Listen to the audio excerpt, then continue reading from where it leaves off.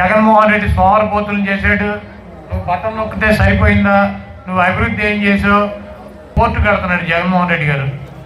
ఈ రాష్ట్రంలో 4 పోర్టులు కడుతున్నాడు. మరి చంద్రబాబు నాయుడు గారు ఎన్ని పోర్టులు కట్టాడు? 14 సంవత్సరాలు ఒక్క పోర్టు కట్టాల. అదేవిధంగా ఫిషింగ్ జెట్టీలు అంటే ఫిషింగ్ పలికారులు ఫిషర్మెన్స్ వాళ్ళకి ఫిషింగ్ జెట్టీలు లేవు.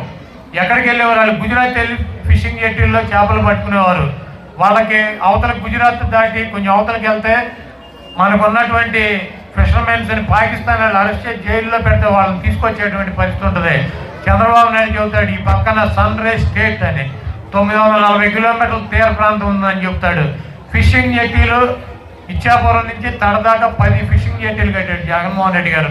చంద్రబాబు నాయుడు గారు 14 సంవత్సరాలు ఒక ఫిషింగ్ జెట్టి కట్ల, ఒక మెడికల్ కాలేజీ కట్ల, ఒక సచివాలయం తీసుకురాలా. To subscribe Saksham Vizag, watch, like, share and comment.